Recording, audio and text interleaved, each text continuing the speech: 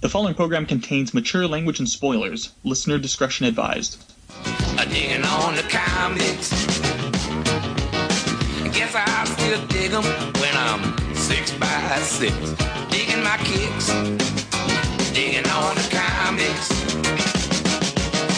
I like to save them. And I like to trade them.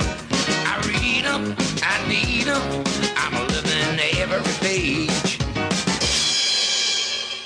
Now, this is a film that's based on a comic book. You have said you are not a comic book fan. I'm not a Marvel fan. You're not a Marvel fan? Oh, interesting. Yeah. Are you a DC guy?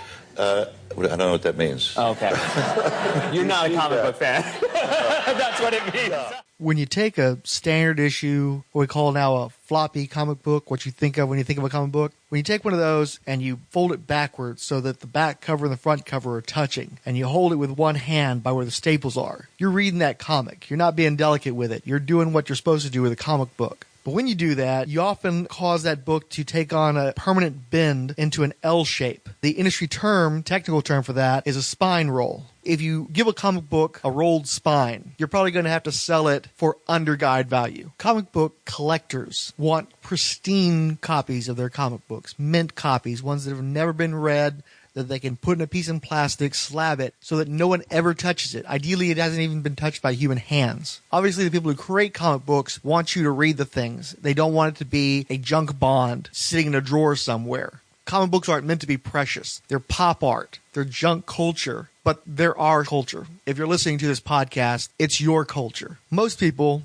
when they talk about comic books, they're talking about the so-called Big Two, Marvel Comics and DC Comics. But Marvel Comics also ran for the first 30 years of its existence. And then DC Comics has been at best the number 2 publisher, often less than the second best publisher in terms of popularity, sales, quality, since the 1970s. One of the longest term big dogs in the comic industry was Dell. They had all the best TV licenses, movie licenses, they did all the Disney comic books. But what happened is they were competing for audience with television. People who wanted to read a Donald Duck comic book could instead watch Donald Duck on their television screen, and they didn't even have to pay for it. So Dell went the way of the dinosaurs eventually, and that was the biggest dog in the industry for decades. There's another less common term, a little bit more vague, in comic books called underguide. And what that's referring to is a book that's priced in a comic shop or online for less than what the official guides like Overstreet say that book is worth. It strikes us, though, that the entire comic book industry, besides Marvel and DC, is undervalued by the general public. As comic aficionados, as fans of the art form and the medium, we'd like to have a podcast out there that covers the entire rest of the industry, besides the so-called Big Two, besides just superheroes, though we'll cover them as well. And for that purpose, we will be your underguides. The Eel Mac. I'm telling you, this is your podcast. Mr. Joe Fixit. In your face like a can of mix. And myself, Frank. Jim Valentino says, hey, so what if I told you that Rob Liefeld, Jim Lee, Todd McFarlane, Erik Larsen, Mark Silvestri, Will Spertasio, and myself were starting our own comic book company? I am telling you, it is the definition between an entrepreneur and an employee. The employee goes to the cliff, looks over the cliff, says, is there a balloon down there to catch me? Will I be safe? The entrepreneur, they said, we need you to jump off the cliff, backs up 10 feet to get a fucking run at it. They can replace you one at a time, but you leave en masse, and all of a sudden there's an impact. Todd was told that we would never be able to make the company work because we were a bunch of stupid artists that didn't know how to run a business. And Todd's response was, we're just stupid enough to try. With 6 comics, we were the number 2 publisher. Live from the world's financial capital, New York City, this is Moneyline with Lou Don. Marvel Entertainment fell 3 1/4 today, closing at 49.5. The reason, some people say, is because of what you're about to see. Word got out that CNN was doing a story on a brain drain at Marvel Comics, and that hit the stock. 8 artists are jumping ship for a competitor. Some investors did the same. Greg Lamont reports from Los Angeles. This is out there, Youngblood. He's the man behind the nation's best-selling comic book, folks. Just out on the stands today. It's called Youngblood, and here's its creator, Rob Liefeld. Rob! He used used all the money he earned as a kid to buy comic books. Well, he's still a kid, but 26-year-old cartoonist Rob Liefeld now has comic books earning him lots of money. 2 years ago, he stunned the highly competitive comic book world by starting his own company, Image Comics, which has become one of the most successful in the industry, spearheaded by his creation of the super popular Youngblood series. And he is now developing a movie with none other than Steven Spielberg.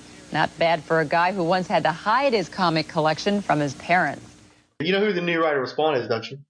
Paul Jenkins. Spawn? They're going to do that relaunch book that Brian Wood was going to do, and then apparently he quit because Todd McFarlane was trying to dictate to him what he was going to do, so now Paul Jenkins is going to take over Spawn. I'm curious now, should I even try to... Well, it's just like when David Hine did it. You get interested and you want to read it, and then it ends abruptly, and Todd McFarlane comes in and tries to redo it all over again, do it the right way. Well, I remember you gave me some Spawn issues a while back. Those were the worst, weren't they? That was the worst. That's like some of the worst comics I've ever read in my entire life. It's so ugly. The worst look. You don't not only bad, the dialogue was horrific. It felt sometimes like the characters weren't even talking to each other. A would say this, B would say this, C would say this, A would say this, but the dialogues didn't mesh. Mm-hmm. It was weird. Yeah, I read two of them and I was like, I'm done with this shit. Todd McFarlane wrote those, and I don't think he was using it at that point, but he actually was writing the book under a pseudonym for a while. Really? Yeah.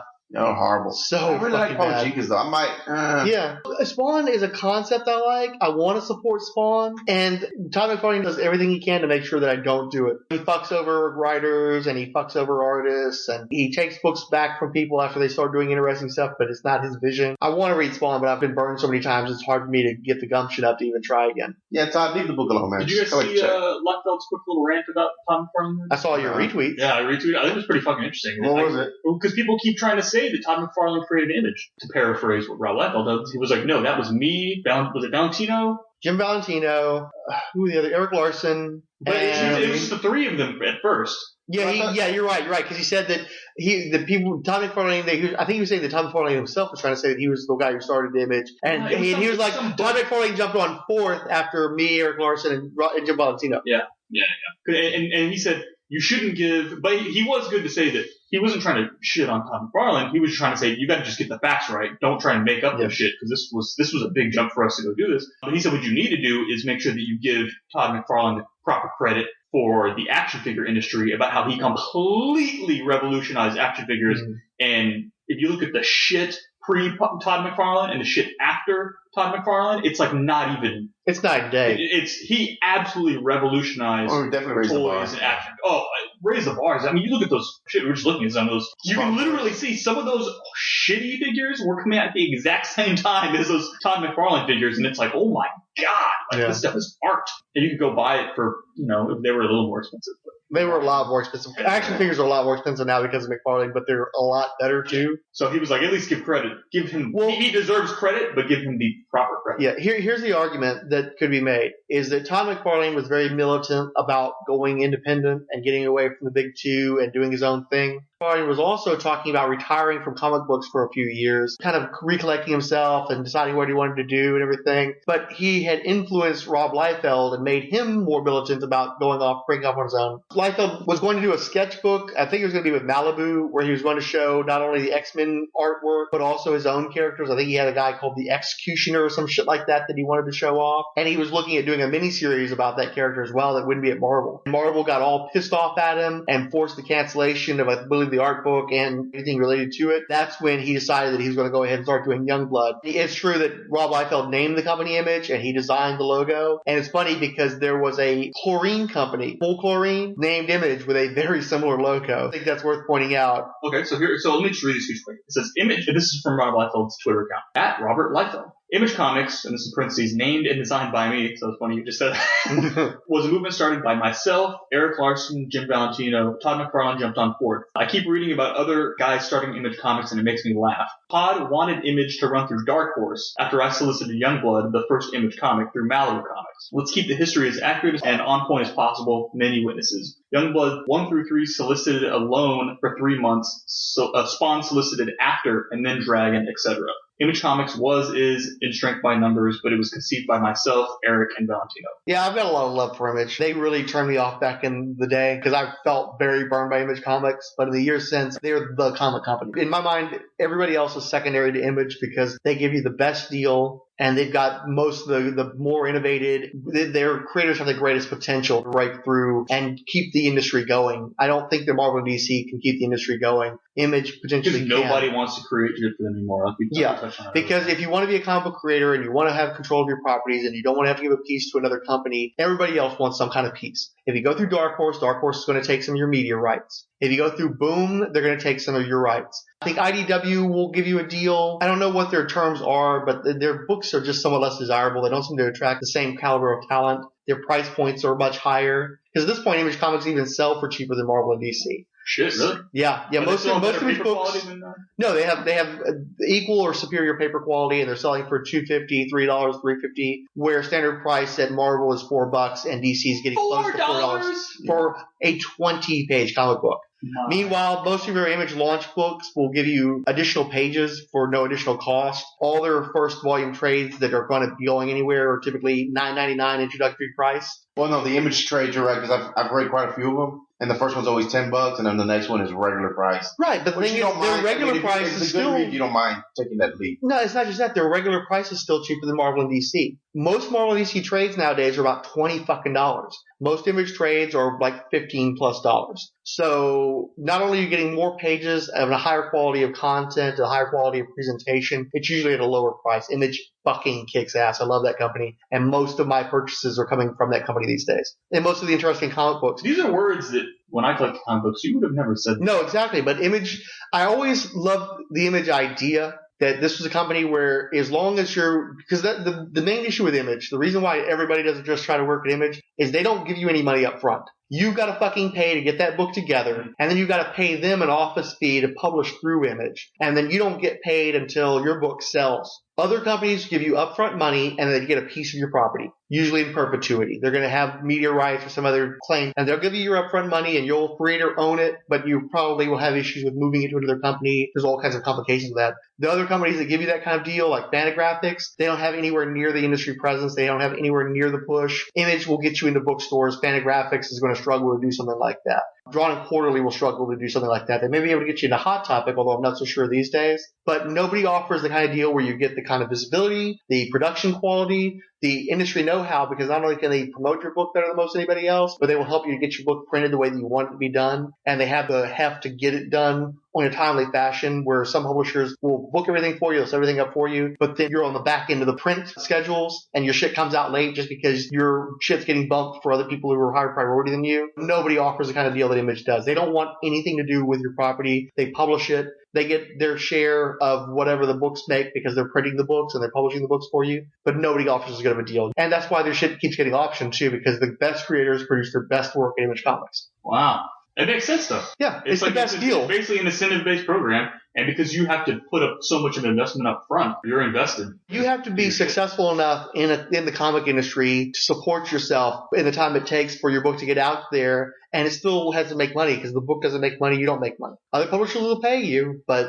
you're going to lose something in the deal. And if it's something hot, then you're screwed. It's not that you're screwed. You'll still be able to make some money off of it, but you've got this middleman that's always going to get in the way of you getting something done. They may be able to help you. Dark Horse can be very helpful at getting stuff made. You may not appreciate how many comic book properties have been adapted through the efforts of Dark Horse, but they're going to get a cut of the media the entire time. Sometimes I think they even get all the media, depending on what kind of deal was cut. So, like those Sin City movies, I don't know what kind of deal they cut with Frank Miller, but I wouldn't be surprised if they were getting a piece of that. And he's fucking Frank Miller. I like that we were talking about Image Comics, because I remember when they first came out, Rob Liefeld doing the Levi's commercial. I've never been a big Liefeld fan. And I was a fan of his back then. He was one of my favorites back in the day. I do remember going to Phoenix Comics and buying Spawn issue #1, and everyone going crazy about Spawn. Oh my God. Spawn #1. So it was like a nuclear bomb went off in the comic book world. I remember that. I don't know. But Youngblood was huge. I mean, it was.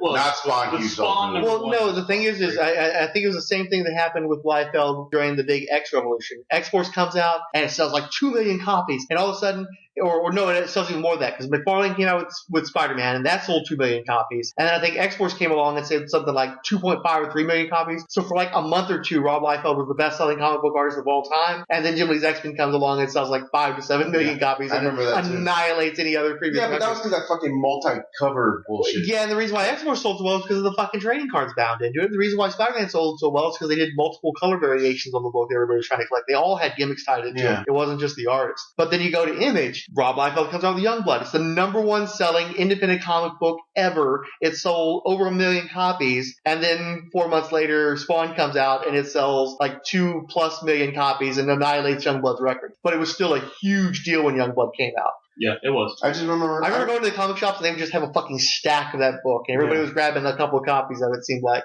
I just remember going to a comic shop and two guys arguing over the fact that Spawn was white. When they revealed he was on the cross and he reverted back to That was a big deal, right? When they finally unmasked. Yeah, well, when you find out that he was actually a black man, but when he turned human, he was a white guy. Now Bulger fucked him over. Spawn had the power to turn himself back into a living being who looked appealing. But the problem is Malbolgia stuck his soul into another guy's body. So when he recuperated the body, it ended up being a blonde-haired white guy when he, in his heart and soul, was a black man. Yeah. He was wanting to rekindle his romance with his black wife. And I just remember the dudes at the shop were fucking near to fist over it. They were just so angry. I'm just like, is Spawn like that big that these two dudes are ready to go to fist fight over it? I mean, they're willing to fist fight over the race of Spawn, which makes them kind of terrible human beings also. Well, like I said, I don't know what they're fighting. I just remember that subject kept coming up over and over. But then I remember when you had Frank Miller wrote an issue, Gaiman wrote an issue, Alan Moore and Dave Sim. Yeah, everybody, and I remember the Alan Moore one was my favorite one. That was the Different Levels of Hell, wasn't it? Yeah, I didn't like that one very much. I liked it, dude. That's where they showed Kincaid finally. I tried all the Image launch books. I was surprised because I really didn't like McFarlane Spider-Man when it first got started. That first arc, Torment, was shit. But I liked most of the ones that came afterwards. The Ghost Rider story, the one with Wolverine in Canada fighting the Wendigo. Those were pretty cool. So I tried Spawn just because I was trying all the Image books. The first couple of issues seemed like they were okay. It just seemed like he couldn't get any traction on the premise. And I was losing interest. I was just about to drop it. And then they announced that the writers series, I think they called it, with those 4 writers. I figured, okay, well, nothing else. I'll stay with the book until these guys are done with their stories. The Alan Moore story didn't do much for me. The Neil Gaiman story that introduced Angela was okay. I loved the Dave Sim story. Yeah. Where he's using Spawn as Cerebus turns up in that one as well, doesn't he does. And they're touring their independent view of mainstream comics and how all these characters are imprisoned by the companies that run them. And the creators have like sacks over their heads and they're being dumped into a pit when they're no longer of use, and just very militant. It was cool, like great. I think that's the only original issue of Spawn I still own that I bought new off the stand. And then the last issue was by Frank Miller and it was fucking garbage. Yeah, the gang war, whatever. Yeah, it was so shitty.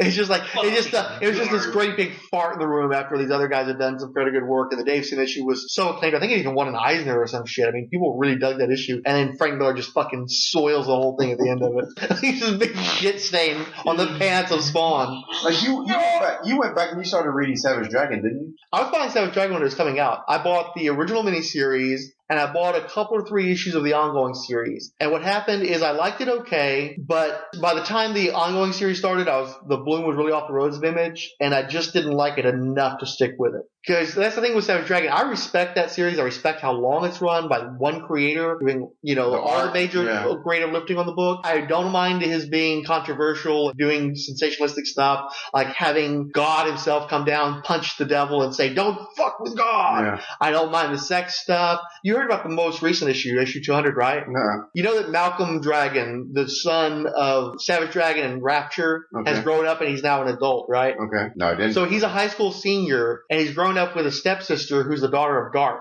Okay. So he ends up hooking up with this little Asian girl. They have sex. The stepsister walks in on them and they manage to talk the stepsister into having a menage a trois. They manage to not only have these underage kids running around half naked and, of course, talking frankly about sex, they manage to draw out the bomb that Malcolm Dragon is apparently really hung. The 2 girls have to really work to accommodate him, being young as they are and inexperienced as they are. That's in issue 200? That's in issue 200, yes.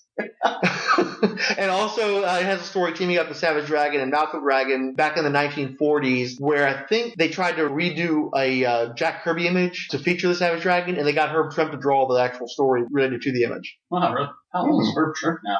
He's not as old as you would think, considering he's been working since the early 70s. Internet, save us! I have to go back and reread the Savage Dragon. Savage Dragon is so your kind of fucking book, man. Well, no, I remember I stuck with it for about the first 30 issues, maybe. Yeah, I want to like Savage Dragon more than I do. I try to read it, and it's still a little too juvenile for me. As much as I appreciate... I'm back to that gear. Fuck you!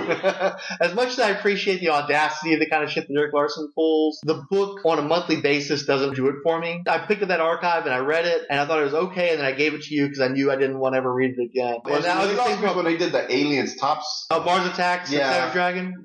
That's kind of where they lost me at the time. 75. 75 years old? Yeah, that's not as old as I thought. Don't look over 45. He looks like the fucking the old man from Crypt Keeper. Poltergeist. The Crypt No, Keeper. he looks like the, what was his name? The old man from Poltergeist? Kane from Poltergeist? Oh my god, that's horrible, dude. All are welcome. All are welcome. No, Kane from Poltergeist. I just realized that none of the rest of my family is not here tonight, so I'm going to sleep in this house by myself, and I should not have brought up that. The plant is going to scrape on the window or something in the middle of the night, and I'm going to dream about him standing over the foot of the bed. Fucking freak. You don't happen to have any clown dolls around here, do you? So check this out.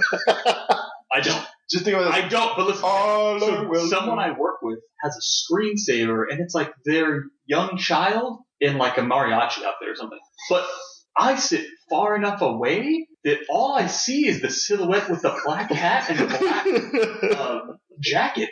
And dude, it freaks me out. And I feel like it's Kane from Poltergeist watching me while I work. All are welcome. Dude, it is so... And he's got this big exaggerated smile on his face. It makes it look like Kane from Poltergeist is staring at me from across. And you're going to sleep here tonight by yourself, man. Yeah, no. Wow.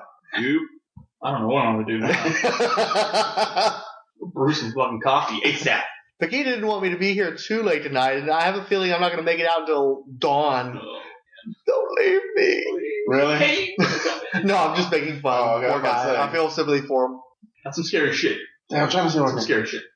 I'm smart, and I'm your friend, and I know what you are thinking. Now, let me in. Let's talk about it. Let me in.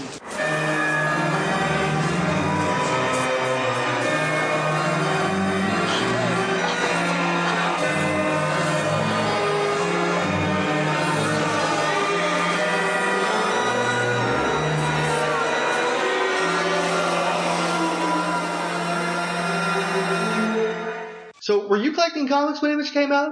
Yeah. Who was it? I was working. Well, he's a few years younger than us, so I wasn't sure. So I was working in Arizona where I lived. That was the first comic shop that I worked my way into. Where first I was just going. I didn't know you worked there. Yeah.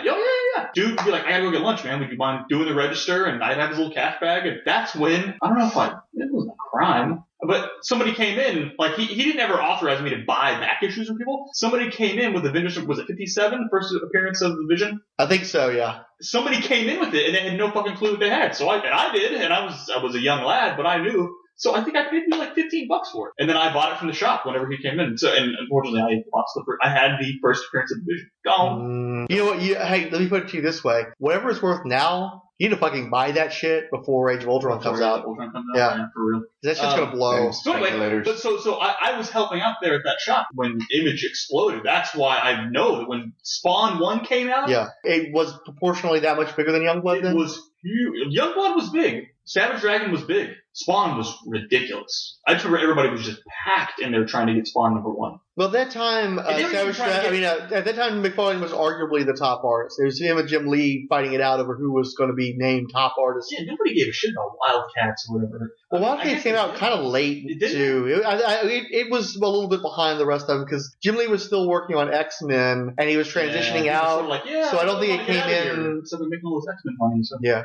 It was a good-looking book, though. Oh, yeah. Well, Jim Lee, Beast Mode. Like, I remember when McFarlane's toys came out, I remember there was a huge rush to go to Toys R Us. Didn't you have some of them at your shop? Well, I mean, it helped to blow up the speculator market. Oh, yeah, because they did in the box. There was had one special, of like a different color or whatever, and people had to fucking try and get that. Image was crazy about this. I remember there was a comic book store in Almeda Mall, and they had the giant size brass issue, or they had the giant size subcomic that was rare, and they had the Violator figure that was gold plated. Or the clear Violator. People were buying those things left or right. I remember thinking, that's crazy, dude. People paying like $40 for a toy. That was during the big speculation boom, because what happened is, as the comic industry was busting, as the sports cars had already gone bust, they were looking for the next fad to jump onto, and they fucking hit those toys. And the toys were huge for a while there. That was why, even went to the Power Rangers shit. Remember, too, the Power Rangers were crazy. And that was when the Elmo stuff was coming out. Oh, because you couldn't get all the Power Rangers. And everybody was trying to buy it. It was probably the exact same mold with different colored Megazord or whatever, and you had to put all that shit together.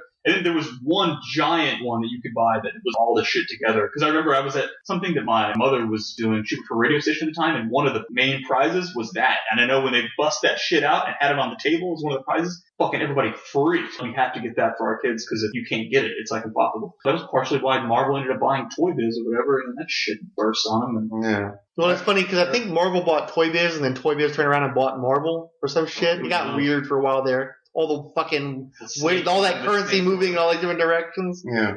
Terrible fucking stuff. But yeah, game. People understand how crazy. It's kind of hard to explain trading card mania and people buying full boxes of shit when it comes out. Because that stuff doesn't really exist anymore. I don't know if that's true. People have really gotten nuts over Legos, for instance. Oh, yes. In my house, yeah. It's all about the family. There's always a fad. Kids have like kids have, what is it? I don't want to say Zoolander, but it's like something Landers or some shit. But yeah, I guess it's the same kind of deal too. They find a way to... Well, they're fads. You're right. They come in, they come out. When Image hit, there was like a bomb going off. Everybody bought everything Image. Yeah, Image was different. I remember going to Phoenix Comics, and they had a shelf. The top shelf, which is Nothing But Spawn, issue 1. The next one was Savage Dragon #1. And of course, it was a big deal. What printing is it? Is it the first printing? I remember seeing books like the 7th or 8th printing. And people were like, well, it's not really worth any money. I'm like, okay. I mean, it was. Well, no, but there were also people who bought each printing to make sure they had a complete set of various things. Yeah.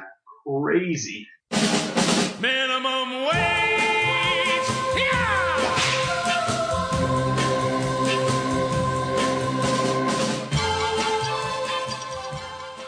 I was a Marvel kid, and they ran me off of Marvel by becoming a bunch of money-hungry scumbags. I've always tended to blame Tom DeFalco because he was a guy who was willing to totally work with all those venture capitalists and shit and just milk Marvel fucking dry. So I hated fucking Marvel. And then after I left Marvel, I was casting about trying to look for another company. I didn't really think it was DC. I only was reading certain DC books. And so I was trying a lot of the other publishers. I tried Ultraverse. I tried Dark Horse Comics Race World. I was in the Image, and obviously Image ended up burning me. And I tried a lot of independent stuff. And I definitely found the indie stuff rewarding. But as a kid, some of that stuff was more mature than what I could appreciate. 8-Ball was a little bit too much for me to handle. Some of the stuff just didn't come out for very long. It was hard to keep independent comics going back in the 90s, unless you were like Peter Baggy, and I read Hate from when I discovered the book in the mid-teens through the end of its run. And one of the ones I stumbled across was Minimum Wage by Bob Fingerman. It was semi-autobiographical. He's Bob. He's writing a character named Rob, who is working for porn magazines, a kiddie humor magazine, various magazine publications. And Bob Fingerman, meanwhile, was doing illustrations for Penthouse, I think. He was working at Cracked Magazine. Obviously, there was a lot of parallels between his real life and what he was writing into the Minimum Wage book. It had great verisimilitude.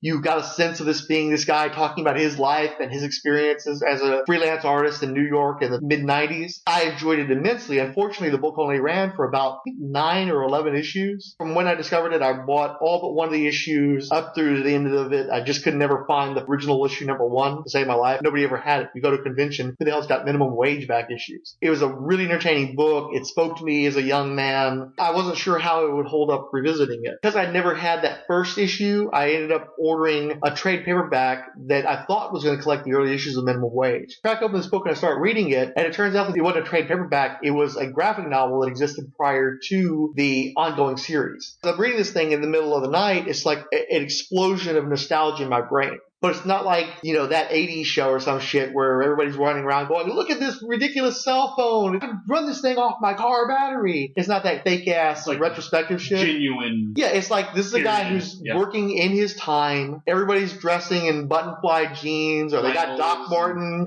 shoes. You've got Riot Girls. You've got all this shit from the 90s. All of a sudden, I just remembered all this shit that I experienced in the 90s. And it was so great to just soak up that era. But also, I really enjoyed the story. I kicked it over to you guys, and you guys had never read this material before. Matt, do you remember the basics of the story? What do you mean basics of the story? The graphic novel. What the main story was in the graphic novel. It's weird, but was there really a story? It's basically a series of events. It's, very Seinfeld? Somewhat Seinfeld. Yeah, I mean, sure. Seinfeld. Kind of a comic book about nothing. The main spine is that the artist Rob and his Italian bipolar girlfriend Sylvia have decided that they want to move in together, and they're trying to find an apartment on their budget in New York City, with him being a freelance artist, which leasers see as being unemployed are self-employed and they find him very undesirable. So they're trying to find ways to get a decent apartment without exposing him as being a freelance artist. And meanwhile, he's got his roommate Jack, who is a fairly normal guy, but they describe him as an evil Knievel of a diet where he sees a kosher restaurant across the street where they're butchering cows, and he decides to buy some brains and eat the cow brains just to see what it tastes like. And he likes the taste, but he can't stand the texture, so it makes him feel ill. Then later on, But he keeps eating it. and he's having conflicted emotions over losing his roommate that he's fond of. Bob goes out for a bros night out at a nightclub with a couple of his friends. They're trying to pick up women, mostly failing miserably. One of his friends gives another ecstasy to try to help loosen him up so he can pick up girls. He actually drops the tablet in the toilet, and he's trying to act like he's on ecstasy. Yeah. It's just not working out for him. It's a book about the conversations you have with your friends, the situations you find yourself in as a young person in a very specific time period. Well, and even some of the relationship stuff they get into,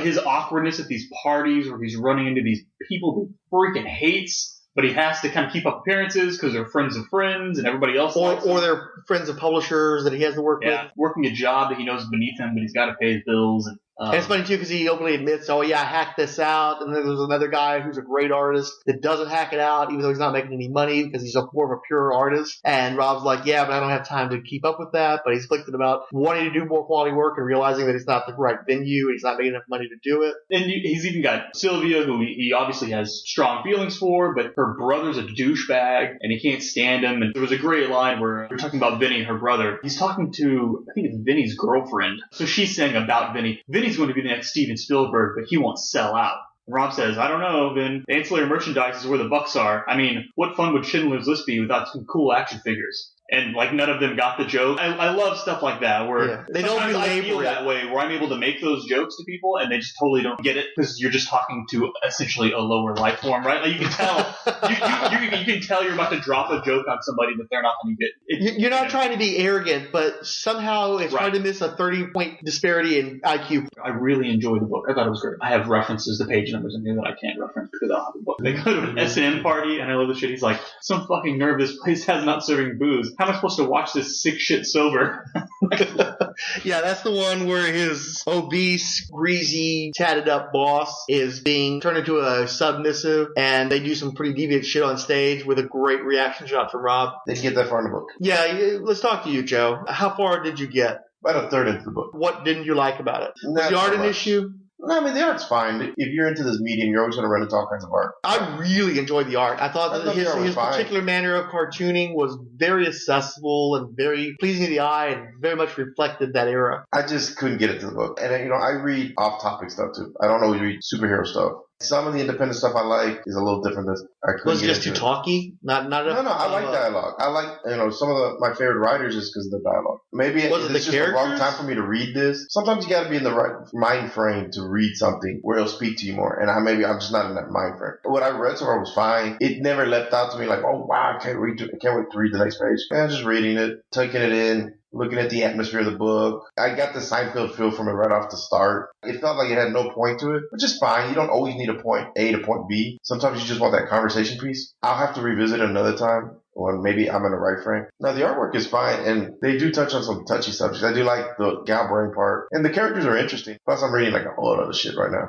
I love this. There's this great scene where, God, keep forgetting Rob and what's her girlfriend? Sylvia. They're walking through the boroughs and they're trying to find some shit to do. They walk by a comic book shop and Rob's like, you mind if I get my fix? Like, I gotta go in and get my fix. Sylvia's just like, do I have to come in? I always feel like a fucking trophy in there. They're always thinking, ooh, look, he bagged a woman. And Rob takes exception to that. He says, oh, come on, that's absurd. I mean, I'm the first one to go on about how the vast majority of comic shoppers are unlaid, unwashed social retards. But I don't think anyone looks at you like you're some kind of fucking prize. And she's like, oh, thank you. And he's like, that's not what I meant. You know what I mean?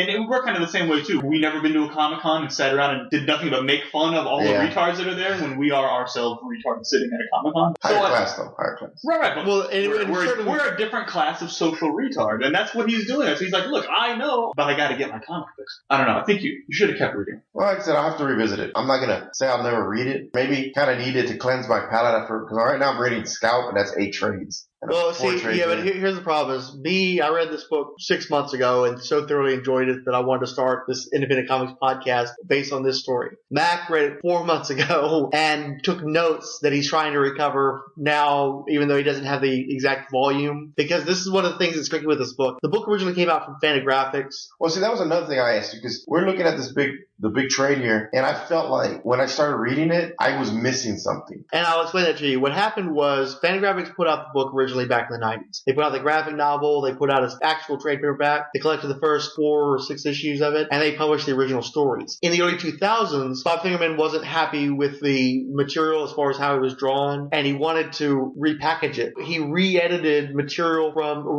he redrew material from the graphic novel and the first issue of the ongoing series, and he compressed the information in those 2 books into a few pages, like maybe 5 pages or so, where originally it was something like 50 some odd pages, 70 some odd pages of material. Then he also redraws and re-edits material that he'd done previously to turn it into his entire series, Minimum Wage, into a single volume called Beg the Question. That was sold in bookstores, and I guess he did okay with that. And then that was all they did with the Minimum Wage material for about a decade or so. Then Image Comics published this new volume. It's an oversized hardcover that collects everything. It has the entire ongoing series, but Bob Fingerman's preferred presentation was the Beg the Question version. The front portion of the book has the Beg the Question version of the material. Then you get to the back matter, and they've got all the back covers that were drawn by a variety of famous artists. They have the original graphic novel in its unabridged form, and they have the original version of the first issue. But in order to find that, you have to flip to the back of the hardcover, Maximum Minimum Wage, to see that. I loaned you the graphic novel, the original Fantagraphics one, and that's what Mac, I believe, read the first time as well. And then I loaned him the hardcovers, and he started going through that as well, and he had some of that same confusion as you, because some of the stories were told a couple or 3 times at various points in the collection, because it's different versions of the same material, and often drawn and rewritten at different times. Like I said, it just felt like I started reading something at issue 3. Like I was missing something at the beginning. Well, it's very gradually introducing you to the characters, and it's giving you a sense of jumping into a random day in this guy's life. It's somewhat momentous because at the end, it's about taking his relationship with his significant other, Sylvia, to the next level by trying to get an apartment together. The apartment hunting doesn't actually happen until the first issue of the Minimum Wage ongoing series. And the graphic novel is just about dealing with the repercussions of the decision for Rob to move out. Further on in the book, right? Yeah, most of it is just Rob interacting with various people and giving you a slice of his life. And wearing Mystery Science Theater 3000 shirts and fucking 9 Inch Nail shirts. Yeah. It really is a blast from the past. They don't beat you over the head with it. Because it's contemporaneous. Period. It happened then. So it was great. And then at the same time, like, for instance, I mentioned that little scene in the comic book shop where they walk in and the chick behind the counter, she's got shit in her face, whatever. Yeah. And I didn't notice until I was flipping through it just now, but there is a tit slip in there. And Sylvia's all pissed off because she perceives the retailer as flirting with Rob and vice versa. And she's like, oh, so that's why you wanted to come into this comic book store, because he gets to work, he gets to drop it, he gets a professional discount because he's a pro. And then she calls him on, no, you're only in there flirting. You know what I mean? That's real shit. Yeah. Shit fucking happens. Yeah. Somebody catches you looking too long or something like that. It happens. So, I mean, I don't know. I just liked it because it does reflect reality. It does reflect the kind of life that we've lived. I think. Because you're dumb fucking friends. You find yourself in these very bizarre situations or hang out with people you don't like because they like them or whatever. And you can just see the shit going through his head about, oh my God, I wish they had alcohol here to get me through this. You know what I mean? Well, it's like that great scene where Rob's going to come over and visit 2 of his friends. And the 2 friends are arguing about why is Rob coming. We love Rob and all, but we're going to go out and try to pick up women. He's got a woman. Why is he even getting involved with that?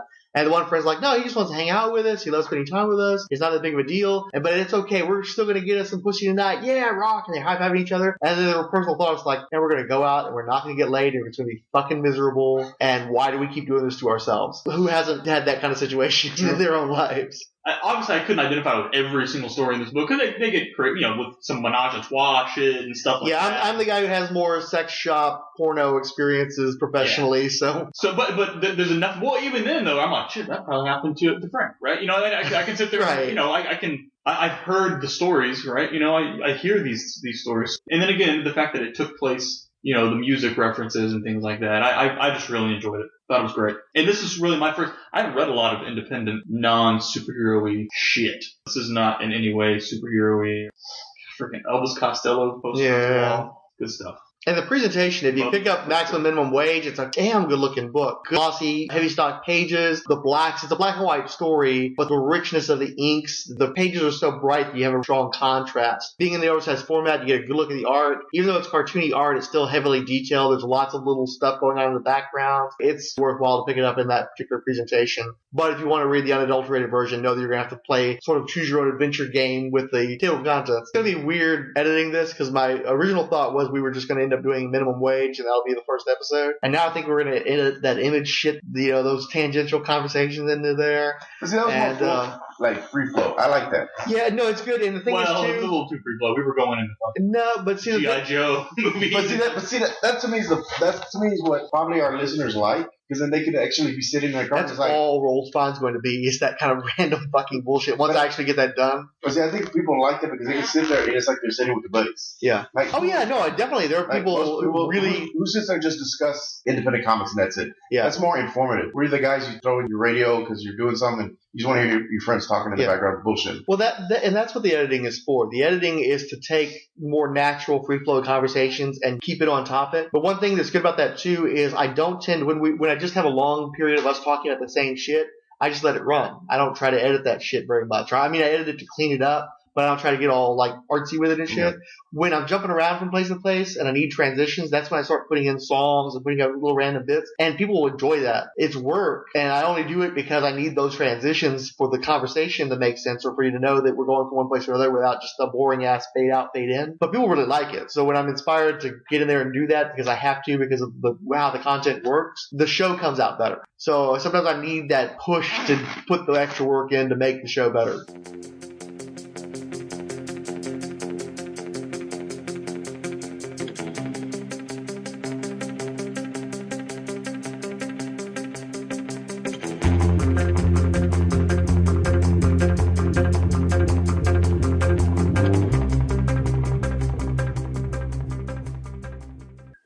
Shit, don't read it thinking that fucking Hulk's gonna drop out of the sky. Think of fucking people that you know and situations that you've been in. And there's white people problems, man. Like I didn't do it. It's really not white. You need to read more of the fucking book. I've read.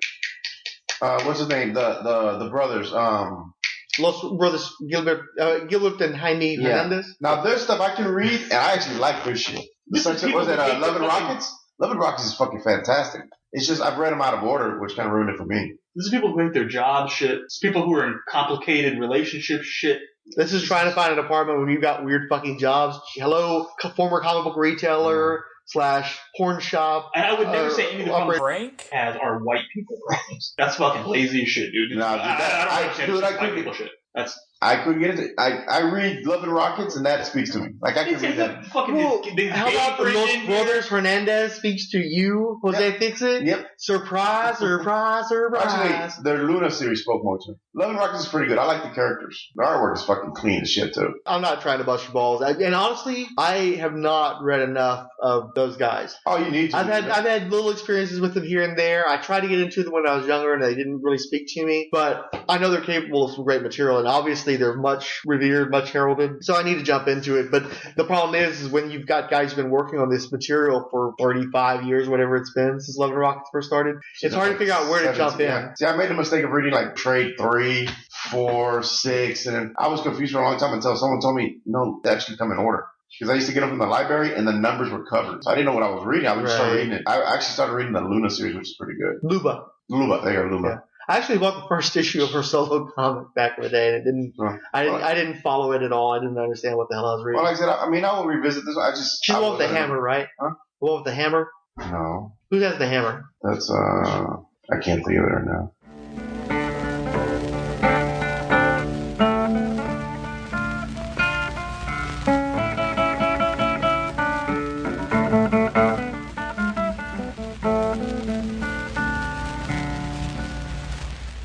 The Underguise is a Rolled Spine podcast. All references to copyrighted works and audio clips employed are believed covered under fair use, with no infringement intended against their copyright holders. The views expressed in this podcast are assumed legitimate, truthful, and solely possessed by the speaker.